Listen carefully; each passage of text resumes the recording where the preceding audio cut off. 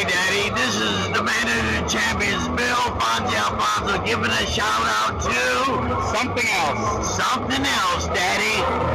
This is Nicole Matara, Great Warrior Wolf, and you are listening to Something Else. I'm Tony Cini, and you're listening to Something Else. Hey everybody, it's Rich Palladino, the voice of New England, and you are listening to Something Else with Arya.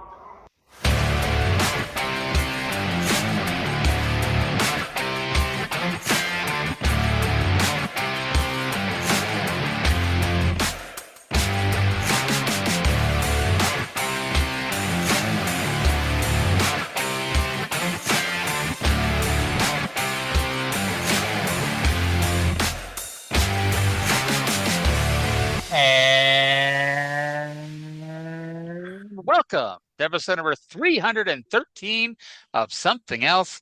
Feast your hair holes on this week's episode as we take a look at Mid-South Wrestling from July 20th, 1985. My name is Arya, and joining me for the first time ever, please welcome to the Something Else Podcasting Network, the Frylock to my Master Shake. It's Alyssa. Alyssa, how the hell are you doing today? I'm good. How are you? I'm doing pretty well. Thank you very much for asking. You're literally the first co-host of mine. Well, I guess not entirely correct because the original co-host of the show obviously knew. But since the last 2 years, you're the only co-host I know in real life. No way. Yes way. Trey cool. lives in Texas. Cindy lives in Washington. Stevie J lives Washington. out in the Midwest somewhere. Yes, Washington with an R. And, there's some people that think that you don't really exist. Sometimes I don't think I exist either. Well, I am fairly confident either you exist or I have one hell of a, whatchamacallit, Imagination. daydream going on here. Imagination, daydream, imagination. Words that eventually come out of my mouth here on this show. So just some quick programming notes here. Obviously, still no Trey. He's going through some stuff. Still have no idea when he'll be back. Hopefully, he'll be back soon. But with all due love and respect to Trey, I traded up in the beauty department, even if I traded down in the obscure wrestling knowledge department for my co-host this week. So I was watching the episode this week and it brought back some really weird flashbacks. So we'll see how I do. there you go. Now we're not doing World Class this week. I did skim through it, and if I feel like it at the end, I'll cover the most interesting part of the show. But if I wasn't going to make my girlfriend suffer through that show, I sure as hell wasn't going to suffer through it on my own. So just Mid-South this week. So for those out there listening to us there in podcasting land, YouTube land, tell the audience, before this, have you ever watched a wrestling show in your life? I have actually. Okay. My family was really big into wrestling when I was a kid. My cousin has a wrestling podcast. Shout out Maddie. Hi, Monkey Boy. And By the way, not paying us for that plug. so he used to have his action figures and would reenact all of the old wrestling scenes on our kitchen table at our grandparents' house. So I watched a lot of reenactments, but I also got roped into watching some of his more big shows that my grandparents like to watch as well. Okay. Now, pray tell, have you ever appeared on Maddie's podcast? No, I actually haven't. I haven't talked to him in a few years, so I'm not sure if what's going on there. I can probably find the name of it at some point. Let's skip that for now. But just to let you know, because by appearing on this show, you have an automatic NDA. So if you even try to go onto that show anytime soon, You can't do that. you can't I don't do plan that. on it. Okay, good. Well, before we bore the crowd to tears, let's jump into the show here. It is Mid-South Wrestling, July 20th, 1985. 3 months away from my first birthday, 11 years away from your birth. I robbed the cradle, ladies and gentlemen. I'm robbing the cradle. But let's go to the intro here with JR and Joel. It's actually a bit of a two-parter, so we'll press pause halfway through and then come back to it. Welcome to another exciting hour of Mid-South Wrestling. I'm Jim Ross, along with Joel Watts. We'll be describing the action, ladies and gentlemen, here today. A lot of great single competition. You're going to see the North American champion, the Nightmare, in action. Plus, you're going to see Captain Redneck Dick Murdoch go against Dirty Dutch Mantell in the Battle of the Texans. Plus, Hacksaw Butch Reed returns. A lot of tag team action as well, Joel, here today on Mid-South. Yeah, we'll see the Mid-South Tag Team Champions in action against Brickhouse Brown and Mark Reagan. Also, we'll see a new tag team combination called the Bounty Hunters in action today. Also, we'll see Jake the Snake and the Barbarian in action. It's going to be a great hour, I guarantee you. It certainly is, ladies and gentlemen. Plus, we're going to see Mike Graham, the son of the legendary Eddie Graham, one of the top wrestlers in the profession. He'll be making his Mid-South debut here today. And ladies and gentlemen, a few weeks ago, I had the opportunity to talk with country music star Jerry Reed. What a fan of Mid-South Wrestling is that tremendous entertainer. I asked Jerry several questions. Here is some of that interview. Okay, so we'll hold on to that here for a second. So not the worst lineup we've had on this show. Dick Murdoch versus Dutch Mantell, Butch Reed returning, Doc and DiBiase versus Brickhouse Brown, and Mark Reagan, plus the debut of a new team, the Bounty Hunters, as I put it, whomever the hell that is. And so keeping in mind that you didn't know any of these people that they just said are going to be on the show, right? No. I mean, so Okay. some of them sound familiar, like Dick Murdoch. I know I've heard that name somewhere before. I like to think that I talk in my sleep about Dick Murdoch and about the time he didn't wear his pants to the ring and came ringside and put his tights on. I mean, I like to think I talked about it in my sleep. Yeah. If you did, I wouldn't have heard it because I sleep like the dead. So. In a meat locker, no doubt. Well, that's why my room's a morgue. There you go. How will we know when you actually pass away? Maybe I'm dead now. That's an interesting turn of events, if I do say so myself. I think they're getting bored. Oh, that you've never listened to a single episode of this show ever. Anyway, let's go to JR, who's going to talk to the other JR. So Jim Ross to Jerry Reed. They say this is the first part of the interview, and maybe it'll air on other weeks, but this was all we got this week of JR and JR. I watch it at home. You know, wrestling to me is one of the most entertaining things on earth. You know, you hear a lot of pros and cons about wrestling. There's wrestling fans that fight you over wrestling. I know, I grew up, my family was wrestling fans. I'd go down to the City Auditorium up in Marietta, Municipal Auditorium in Atlanta, and we'd watch wrestling. I mean, I've seen things in wrestling rings that make my heart stop. Just stop. So it really is. It's enjoyable to me. It's a fun sport. And it's fun to watch. And you know the wrestling fans are they're in those matches like they're in the ring themselves. And that's what's really so good about it. You know, it's the wrestlers, you relate to them. They communicate with them. You know, and it's Macho, and it's good. Macho's good. I like it.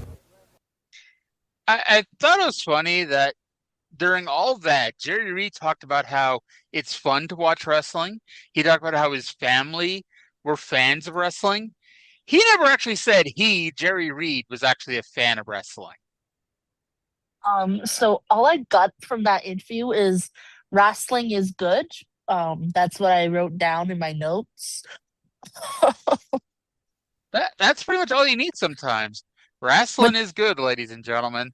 With the A, not wrestling, wrestling. I know. My New England accent. Rasslin, that's wrestling. I know my New England accent makes the A's sound a little funky. We'll get you on with Trey, him and his not real Southern accent, but, Southern enough. No one will understand anything you two say. So we go to the ring for our first match, which is Mike Graham versus Tommy Pritchard. Now, last week, those of us who listened to this show, remember that last week they plugged a match with the Fantastics versus Tommy Pritchard and Eddie Gilbert, which never happened. And then I'm like, well, maybe they just pushed it back a week to this week's show.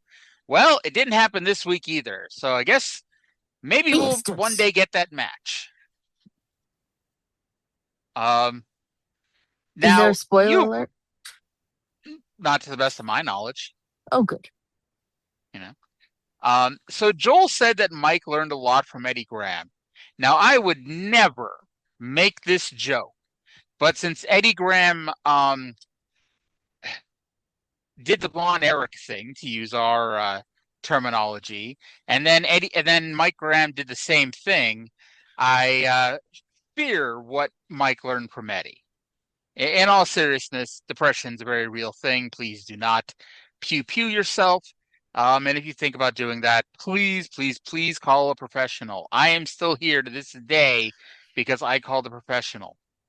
Remember, 988 is an active suicide prevention hotline. It's national. You can also call or text it. So this match told me that Mike Graham is not coming in. And actually, I looked it up on Cage Match. This is his only match in the territory. Because this was too competitive of a match. Tommy Pritchard, talented as all hell, but he doesn't get any wins on this show. Or if he does, it's few and far between.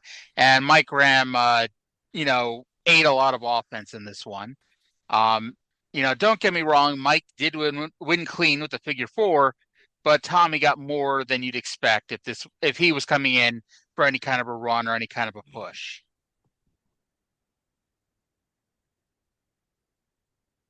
Any thoughts, Alyssa? Right. So, yeah. Sorry, I gotta read my notes. Mike Graham really came guns blazing into the ring.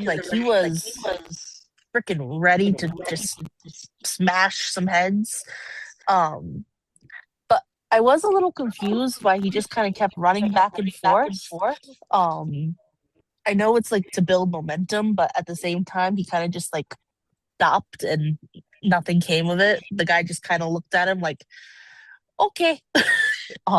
They for those listening, they did a crisscross spot with Mike running the ropes left to right and Tommy running the ropes, front and back. Why do they do that?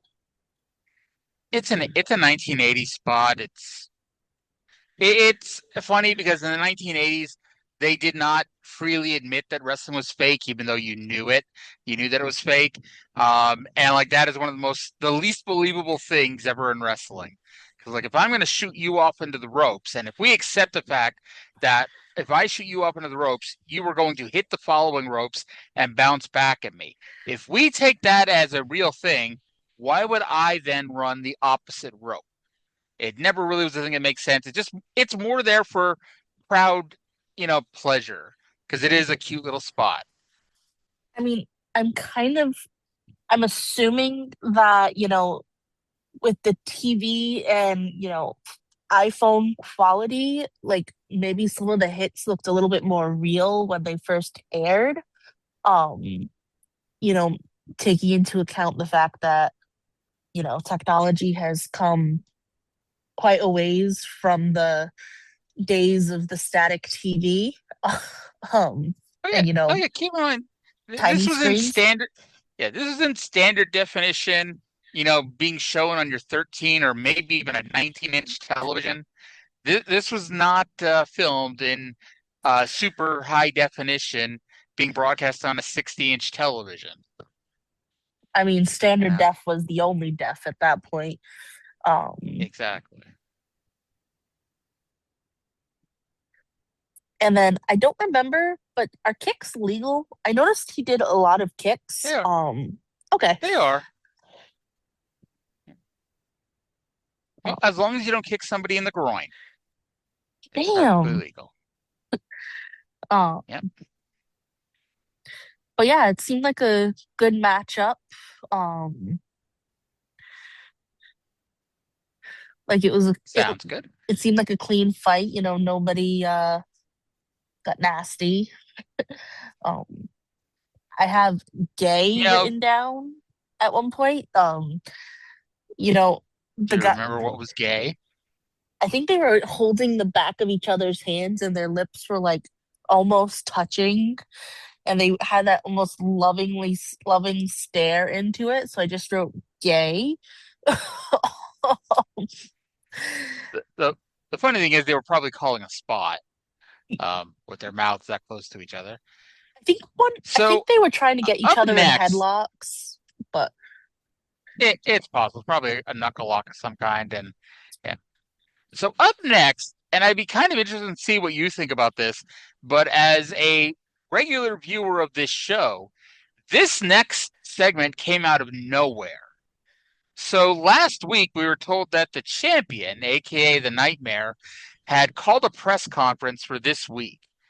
And he's been around the territory now for about 6 months, and he's always been with Hot Stuff Eddie Gilbert. And Hot Stuff Eddie Gilbert is a heel, and the champion is a heel. Well, this week, out of the blue, with no real build-up to it, we're going to go to a press conference, quote-unquote, with Sir Oliver Humperdink, who's with Hot Stuff Eddie Gilbert and the champion. Let's go to that right now, and we'll come back from this randomness. I've gathered you, the members of the press, together here today for one reason. Actually, for two reasons, but let's get to the first point first. I'm making a reappearance in the Mid-South wrestling area. My name is Sir Oliver Humperdink, and I'm probably one of the most successful managers in the wrestling business today. I make my money managing... I'm still trying to wonder what my... Eddie, I'll get to you in a minute. Just a minute, Eddie. Success, my middle name. Champions, my mainstay in life. I pay very well. I do well for myself, and everybody that I handle does well. Now, that still doesn't answer my question. What's the purpose of being the champion being here today? Well, that's an interesting question, Eddie. The past few weeks I've had a few negotiations with the man standing behind us right now, the champion, the North American heavyweight champion, and he's told me a few things, that there's a few problems between you and he, management-wise. Now, I realize that you're a great wrestler, but you're not a manager, and you don't know the aspects of this business like I do. Therefore, I'm going to announce today to the world and to you, Eddie Gilbert, that you are out and I am in. No, wait a minute. Now, you wait a minute. I am taking over the exclusive management of this man from this day forward. Oh, wait a minute, sir. Mr. Humperdink, I know you got to be a little mistaken here. Because me and this man came to this area together, to Mid-South together. I molded his career. I gave him his chance to be the North American realize all that. champion. I realize we came all together that. as a team. But the one. man's schedule now demands a more professional management team, and I can supply that to him. I'm prepared to offer you a job with the organization in a lesser capacity. What? Perhaps You little Hey, wait a minute here. Hey. It's over with you, Hot Stuff. Hey. This is going to be my new manager now. You can just take a walk. You've heard it from the source. You're not needed any longer, and don't touch me again. My friend, the man I brought here that I thought was my buddy, the one that I thought... There you go, thinking again. Hey, listen, I don't want you to take it like this. You have a job if you want it. I don't want the man to go on the street with nothing to do. He could work for us if he wanted to. But if he doesn't want to, that's fine with us too. From now on, it's Humperdink and the Nightmare, and I want everybody out there to understand that things are going to change from this time on. So this was completely out of nowhere. Like I said, there's been no, there's been no hints that there might be a change in management for the Nightmare, the champion. But now Eddie Gilbert is out and Oliver Humperdink is in. And by the looks of it, my co-host is out. Not sure what happened there. I may have to press pause for her to come back on.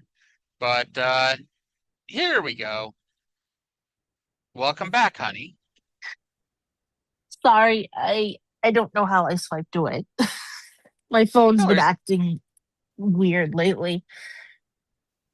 So we were talking about how Oliver Humperdink is now coming in out of nowhere and taking over Eddie Gilbert's spot as the manager of the champion. What were your thoughts on this? And what if you were Eddie Gilbert, what would you be doing right now? Hot stuff. So weirdly enough, I think I actually remember seeing this happen.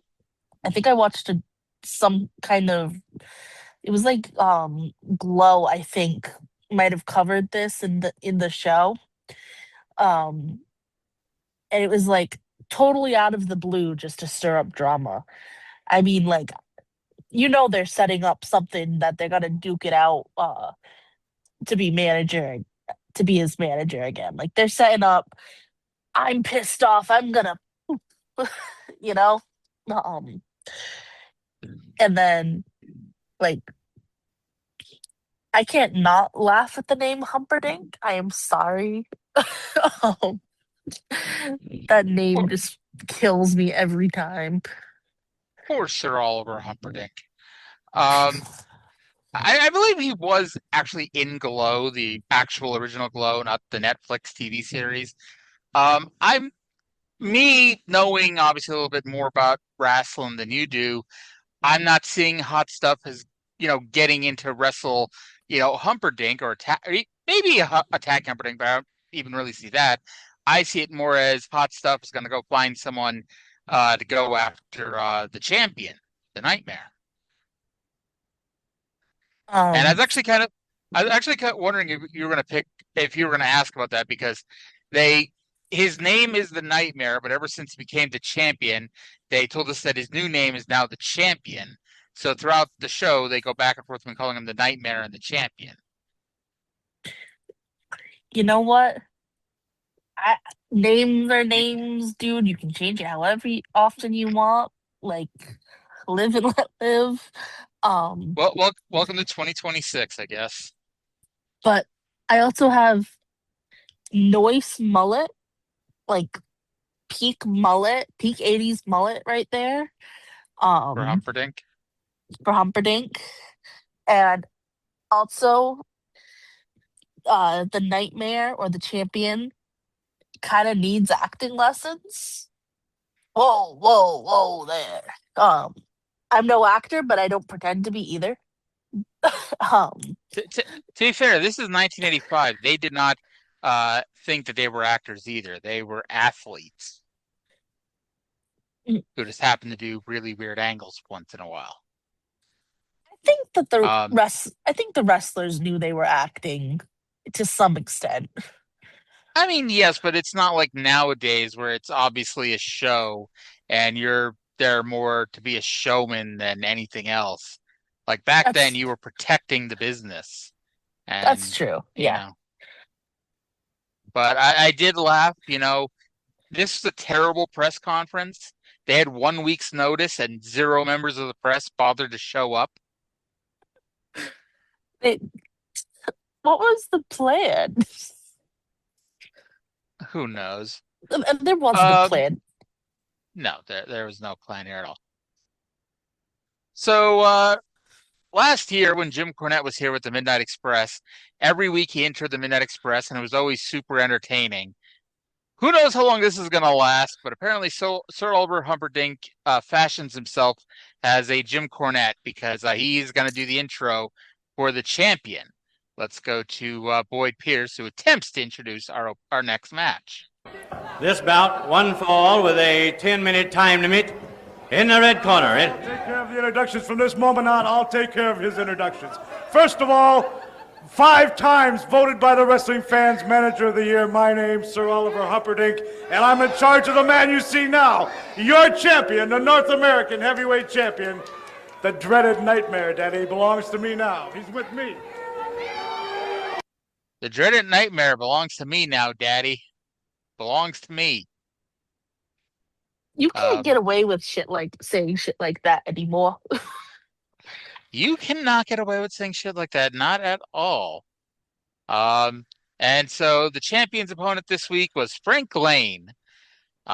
They fucked up a spot really quickly. Lane did a crossbody that Champion was supposed to catch him on, but the way Lane dove, Champion was able to catch him clean and they just fell down. Other than that, it was every enhancement match you've ever seen, and Champion won with the pile driver. Yes. This match is the one that brought back like flashbacks of watching my cousin play with his toys. So I think he might have actually reenacted this one, weirdly enough. But, you know, it was a good match. I just have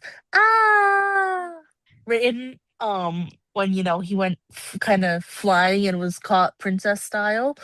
Yeah.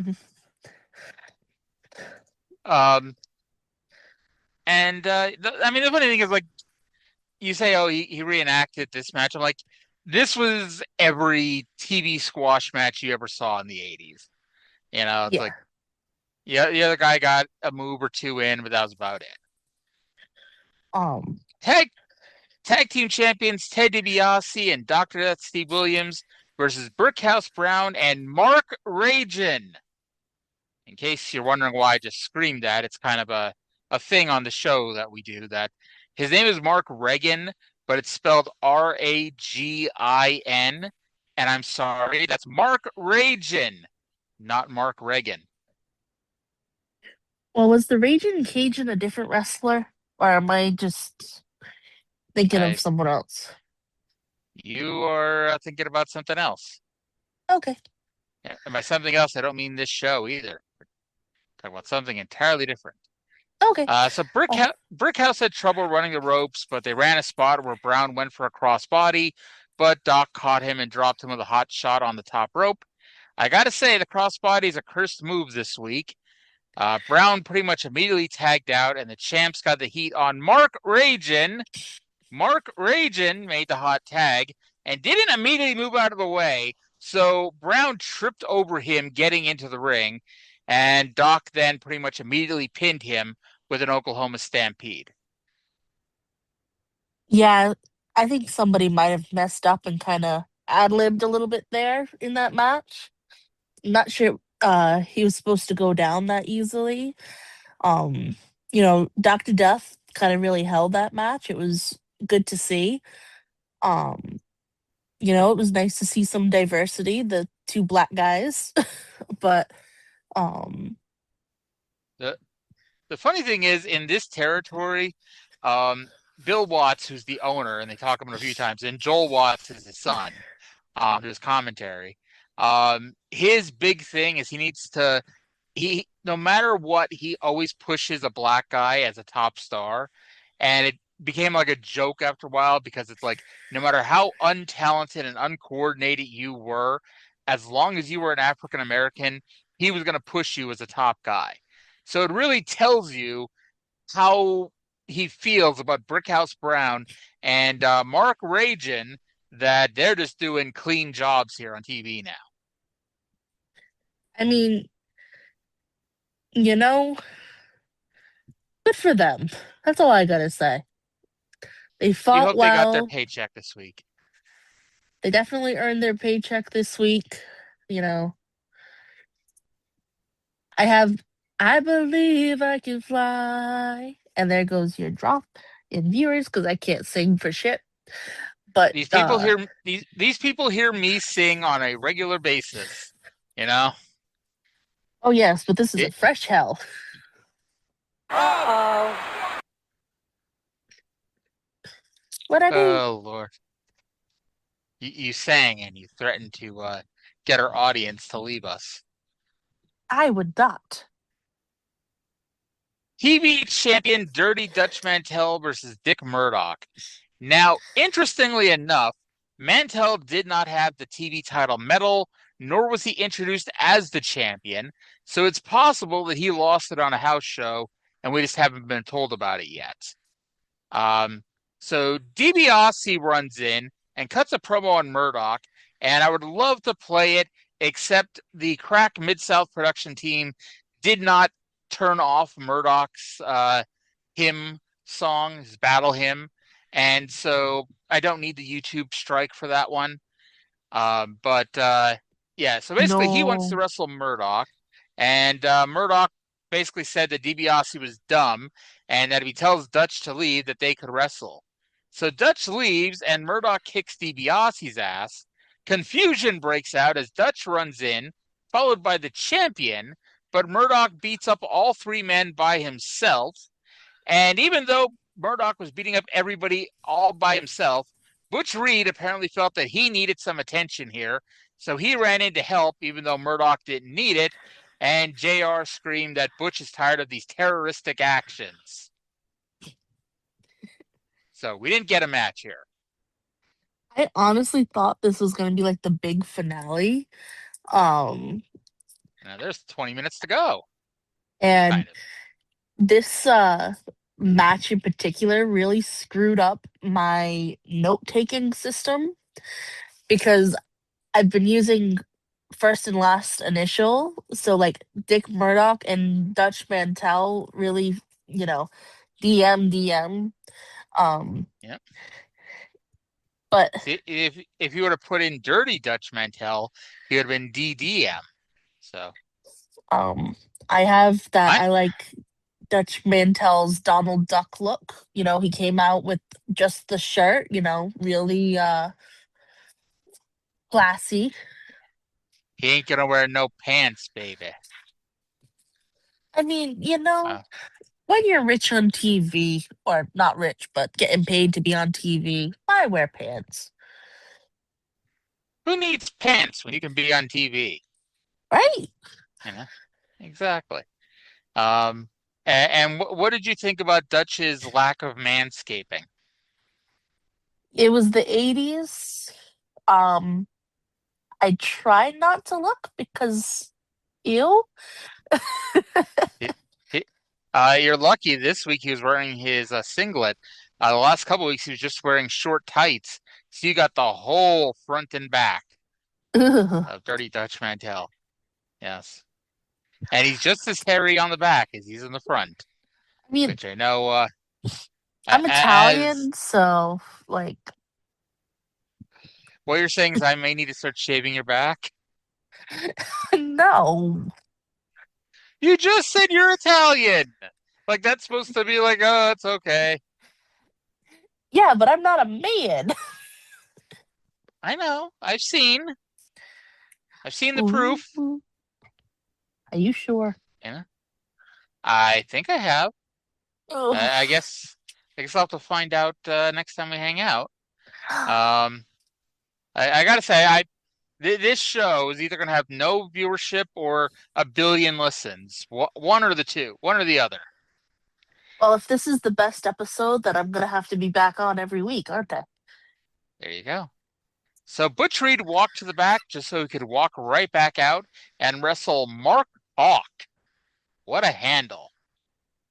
From what I could tell, Hawk had a very short career in that he basically worked here and a few dates in Mid-Atlantic, and that was it. We're told that Butch Reed is the #1 contender to the NWA title, and Ric Flair's afraid of him because he knows Reed could beat him, which is the exact same thing they told us a couple months ago about Terry Taylor. And I get you got to build up your #1 contender for the world title and the person who's going to feud with Flair when he comes in. But it's like he literally just came back this week. Let's give him a few wins, give him a few promos before we start doing the, oh man, Ric Flair's afraid of this guy, thing. Butch won with a flying shoulder tackle. Well, I mean, they kind of started doing that in modern wrestling too, because like I remember the hype of what's his name, the creepy blonde guy that kept saying, "Oh, so and so afraid of me, so and so afraid of me," and then got his fucking jaw broken in the first 2 minutes. I don't think anyone has any idea who you're talking about right now. I think that was actually boxing, not wrestling, anyway. Okay. Maybe UFC. I think it was what's his name? The creepy ass YouTuber. Logan Paul? That's it. I'll be honest, I spend so little time watching modern day WWE. I have no memory of Logan Paul having his jaw broken. Oh no, it was against that famous boxer that came out of retirement.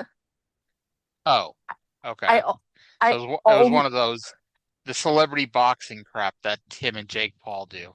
exactly. I only watched it because I wanted to watch him get his ass kicked. I'm not gonna lie. But Mike Tyson he fought. But Yes. that wasn't Logan Paul. That was Jake Paul, wasn't it? No, they're like a hive mind.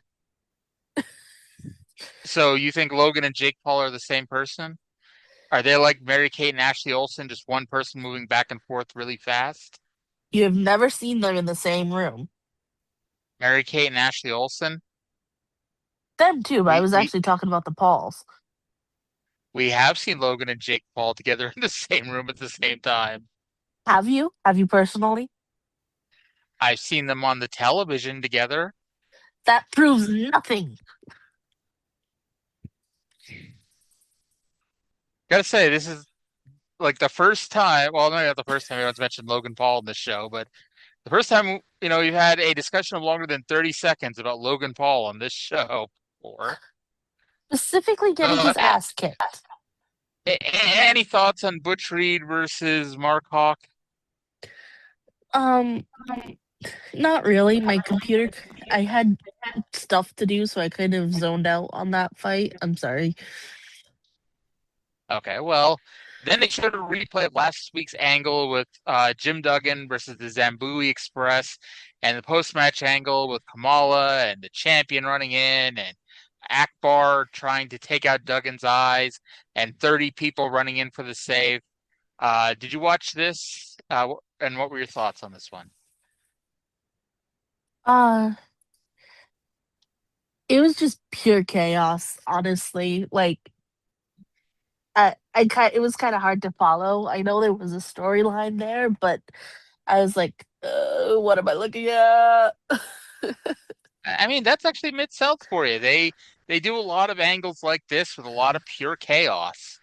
I mean, You get the heel beating down the good guys, and then you feed the locker room with first you start with all the jobbers, all the losers, they run in and get their asses kicked, and then all the stars run in for the real save.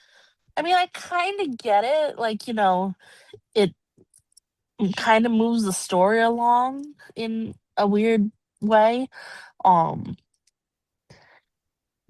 Like, it kind of identifies the quote unquote heroes and quote unquote villains, even though they decided to put masks on all of their bad guys. But hey, subtlety was not a thing in the 80s. Well, speaking of things that were not subtle, the Bounty Hunters with General Skandor Akbar versus Mike Nichols and Wendell Cooley. Apparently, it was take your daughter to work and have her do your job day in the production truck, as it was Mike Nichols, but the production person listed it as Mark Nichols. Now, the Bounty Hunters, we've seen them before individually. It's Jerry and David Novak, and I don't remember. He probably was. It's been a couple years. I don't remember Jerry Novak being this large. He put on some stomach, for this role, and it was two big meaty men beating up two much smaller men, and who doesn't love that? Oh boy, my favorite. Big meaty men slapping meat. Ugh. In case that wasn't audible, that was a shudder. It was audible. Oh, good. Big hairy men, slapping meat. My favorite. Maybe they could be in a trio with Dutch. And of course, they're the typical Scandinavian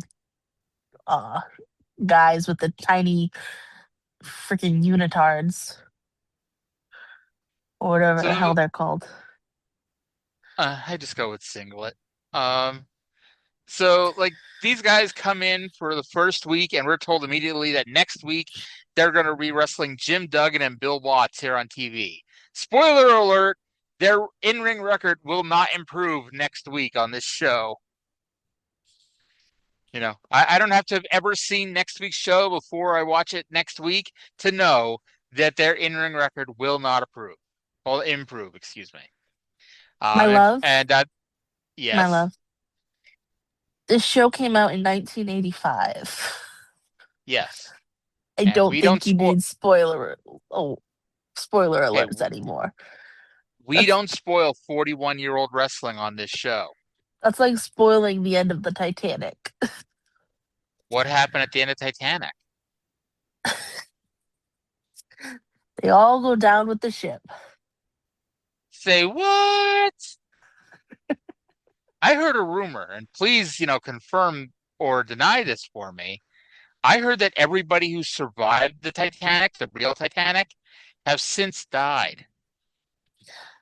I heard that, actually. I think the last person that survived the Titanic actually just passed away a few years ago, believe it or not. I would look into that, but I mean, I'm being very tongue-in-cheek. It was 113 years ago, so yes. If you were born on the Titanic and survived, you did not. You are not still alive. Let's just say that. Oh God. So they won with a slingshot into a clothesline. It was a little funky looking, but it worked. So, if you had to guess what year the last survivor died, what would you say? I mean, it would have to be like a young child. So I'm going to say 97, 98. Maybe a little later, but I don't think that much later. What's the latest you're willing to go? I mean, if we say that somebody lived to be 100, that'd probably be like no later than like 2009, 2010. 2009, on May 31st, she was 97 years old. She was 2 months old at the time of the disaster. Did she throw a necklace into the Atlantic Ocean before she died? We can only hope. Jake Roberts and the Barbarian versus Larry Clark and the Red Raider.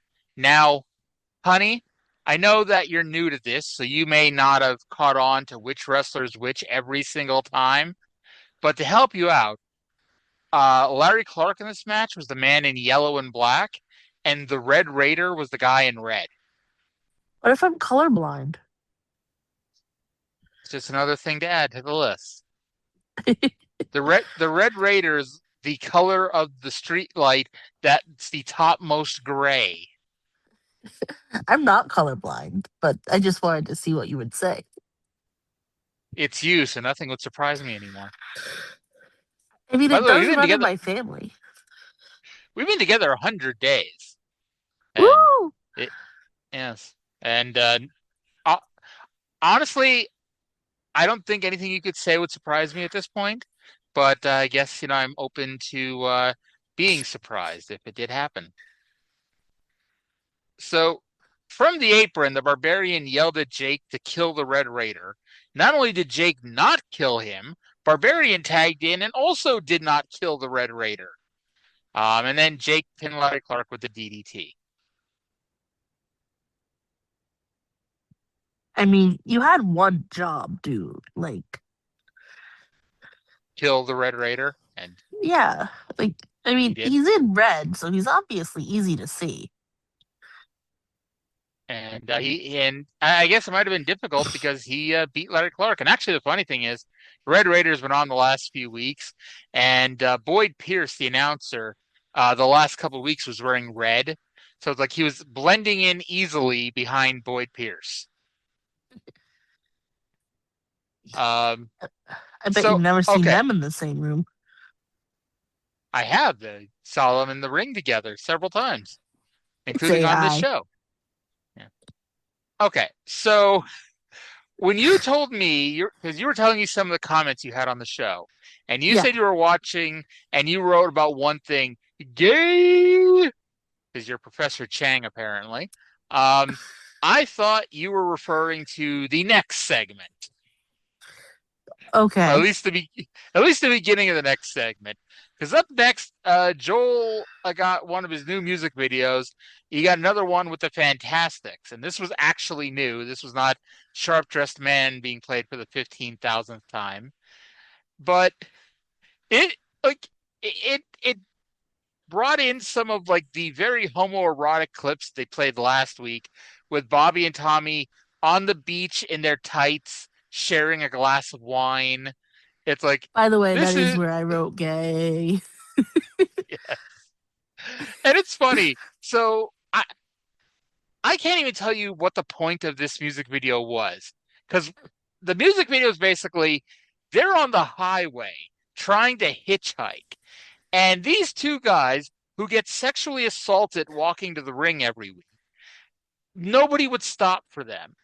And then this one car stopped, this tiny ass car with two girls in it. But as soon as they came up to the car, they took off. So Bobby and Tommy eventually make it into town, and we see a bunch of shots of women's ankles and women's butts. And I hope you weren't too turned on, honey, by all these 1980s butts. Oh, I love a woman's flat ass. Yes. They were not even pretending that this was anything but videos of, young women's asses and ankles at this point. And then it builds the music video builds to the Fantastics getting 4 women interested in them, and they're setting up their plans for the night, when suddenly those 2 women in the tiny car from the beginning of the music video show up and offered them a ride. And so Bobby and Tommy got in their small ass car and drove off. Okay, but I've been there. I've been in the closet. Not for a long time. But at one point in the music video, they're like, oh, we're heading to the beach. Yeah, because that's where all the girls are. Like, if you have to say that out loud, you're probably internalizing some stuff that needs to be said. We are very straight. We're going to go to where all the girls are. And share a nice romantic glass of wine. With each other. The funny thing is, and I know you don't know this, but in 2002, WWE had a gay tag team named Billy and Chuck. And they were gay, which made them bad guys, until they had the first ever, and I think to this day, the last ever gay wedding in wrestling history. And what turned them good guys was that they announced during the gay wedding that they weren't really gay.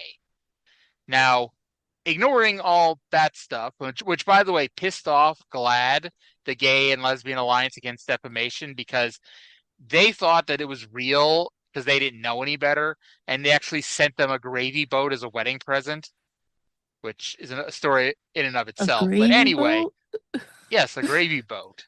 Because that is what everybody wants for their wedding. Put it on the registry, Lovey. In 2002, apparently. Are you proposing to me on the air, dear? No, not yet. Okay, good. This would be a great place to do that too.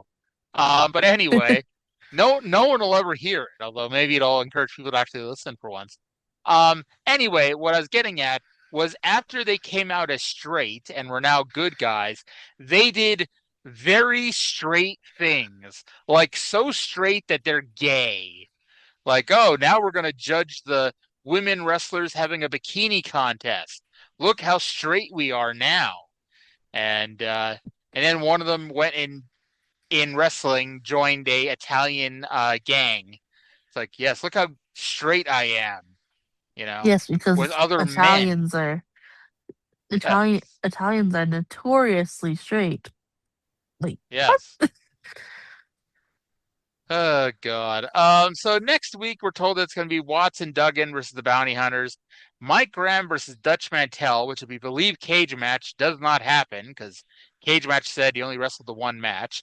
And Al Perez versus Dr. Death Steve Williams, which I can almost guarantee you goes longer than 20 seconds. No way. All right, so what were your that's how they ended the show. What were your final thoughts overall on the show? It was good.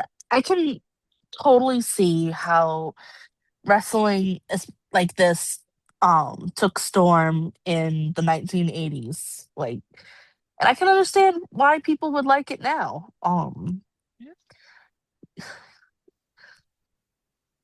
I'd be up to watching it again. I mean, they're not women, but hey, beggars can't be choosers. I just love that. Thanks to Trey having to step out and me making a joke, by the way, because at no point did I actually think you were going to accept me saying, "Hey, you want to come do my podcast next week?" I'm like, yeah, she'll sure sign up for this one. But Try sure anything enough, once. here you are. Well, I guess here's the question. You tried anything once. Will you try it again? Sure. I don't see why not. All right. So next week, July 27th. As long as you don't expect me to know any more than I did this week. Well, maybe like by watching the show every week, you'll learn a lot more. And within a month, you'll be like, "Oh yeah, my favorite wrestler is Ted DiBiase or something." I don't know. So I will warn you, I watched this after I finished my homework to kind of like de-brain for a little bit, so my comments aren't exactly the most it's all good. Full-brained. Okay. I know I rip on my former co-host a lot, but literally he was a wrestling fan and you were contributing far more to this than he was.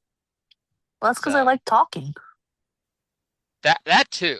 Him and actually my brother and I used to do a podcast, and he's worse because he's actually a lifelong wrestling fan too.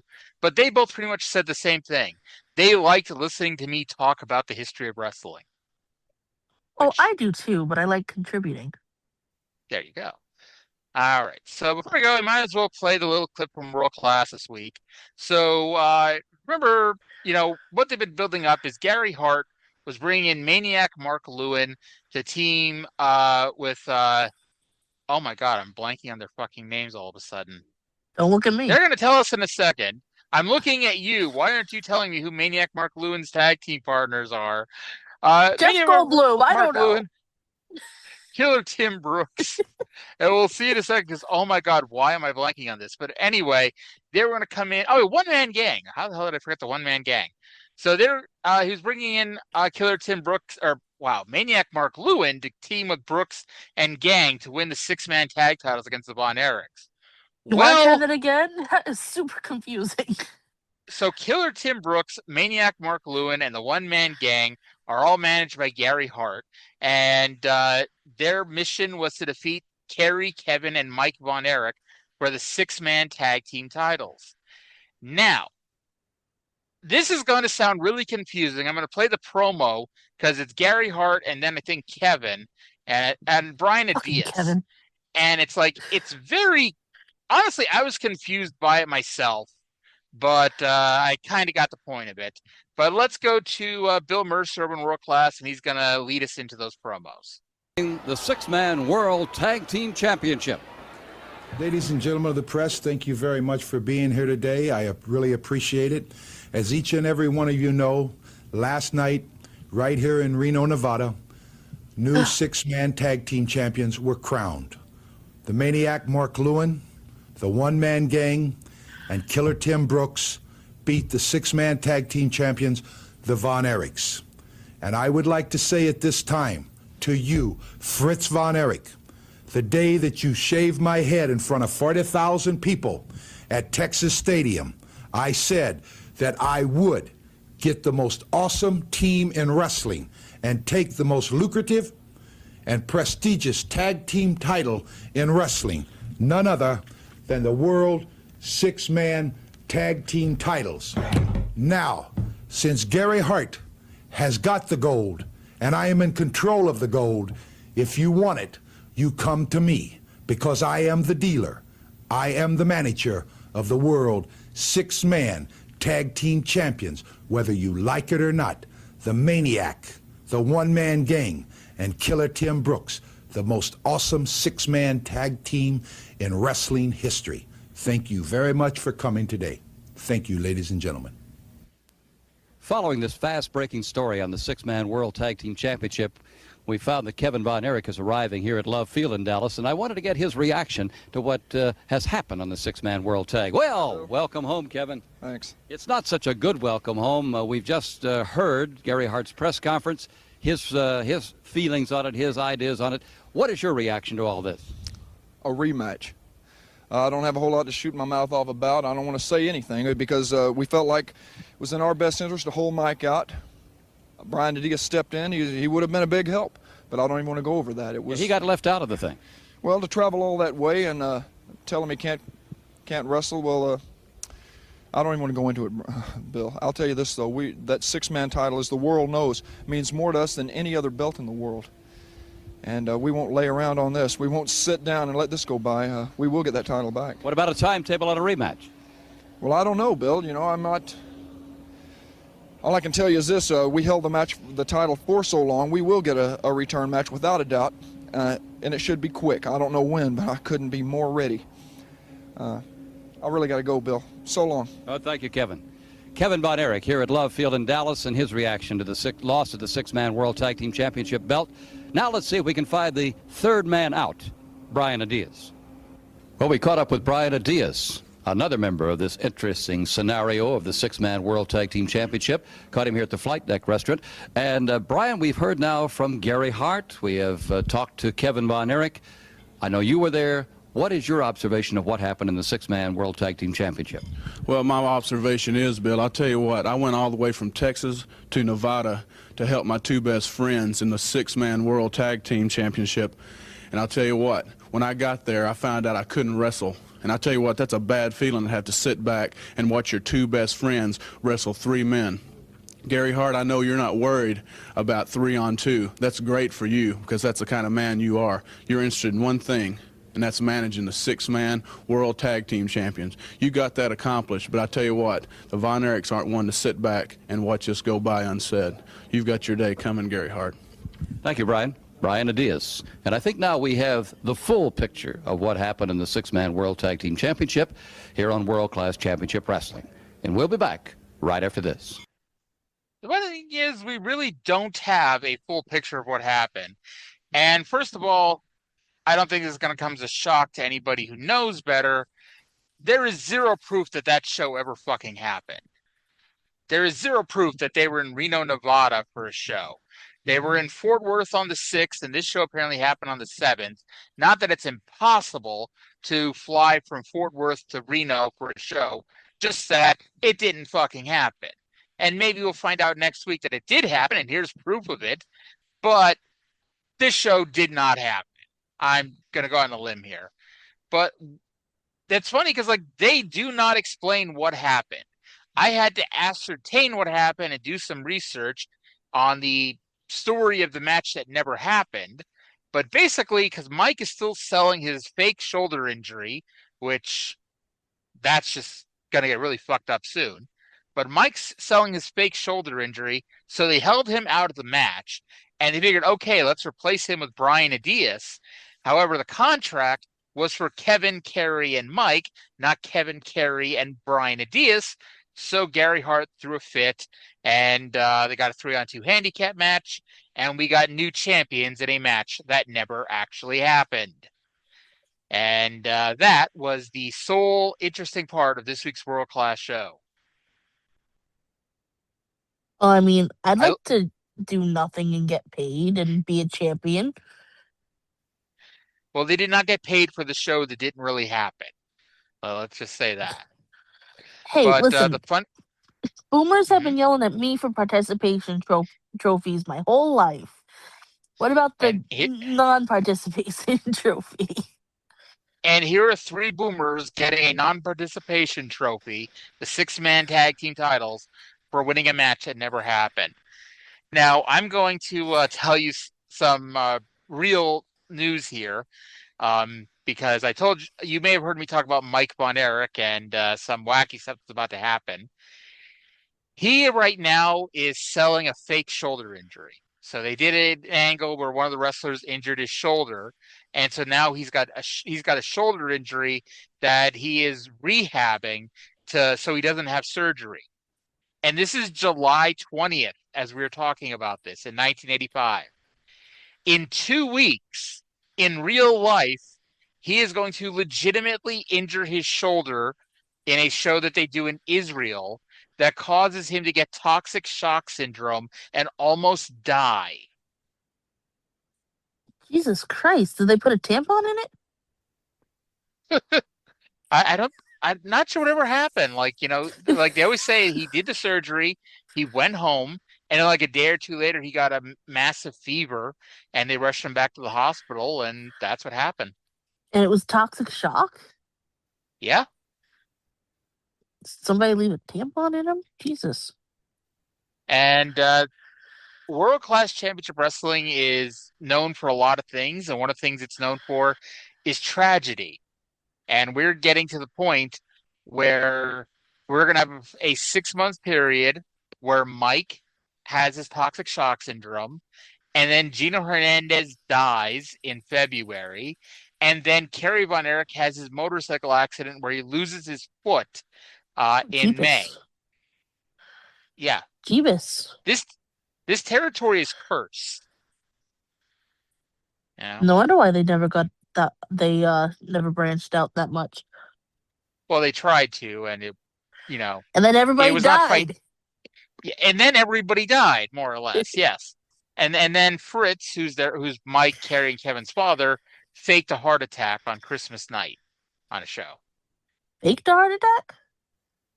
Yeah, really. Welcome to pro wrestling, honey. Aren't you happy I'm bringing you into it now? If we come back here next week, if we come back here next week and I got a report that I'm single now after what I put this poor woman through, I don't know. Anyway, will you still love me if I make you watch wrestling again next week? I suppose. Yay! I mean, hairy men aren't exactly my type, but like. Goldilocks, you whore! What if you scream that one of the women are a whore? You whore! You looking like some kind of whore. All right. So before we finish things up, anything else you want to talk about?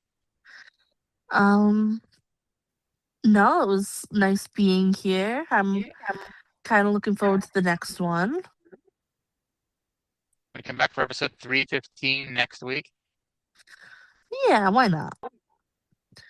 But yeah, hey, next week is the start of our birthday month. The show has somehow, some way been produced for 4 years. What the hell is wrong with us? I know, right? I'm what's wrong with it? No, you've been making it for 4 years. It seems like it's hard to find a co-host. I mean, I have. I had original co-host for the first 16 episodes, and then I did it myself until 2 years ago when Trey and Cindy came aboard. See? You're badass. So yeah. Now look at me being a badass. 314 episodes of this show, 155 episodes of Smoky Mountain, 7 episodes of Impact and counting. I've done a lot of fucking shows. Not to mention the semi-regular ECW shows on the site formerly known as angrymarks.com. But anyway, that's going to do it for this week, where shockingly, we managed to stay on topic for the most part during this show. Someone's going to think that she's a bad influence on me. I'm a horrible influence. So we'll be back tomorrow with TNA, Thursday with Smoky Mountain, Friday with Impact, and then do it all again next week. But until then, thank you all for listening. Hope you all enjoyed the show, and we'll talk to you again in 7 days.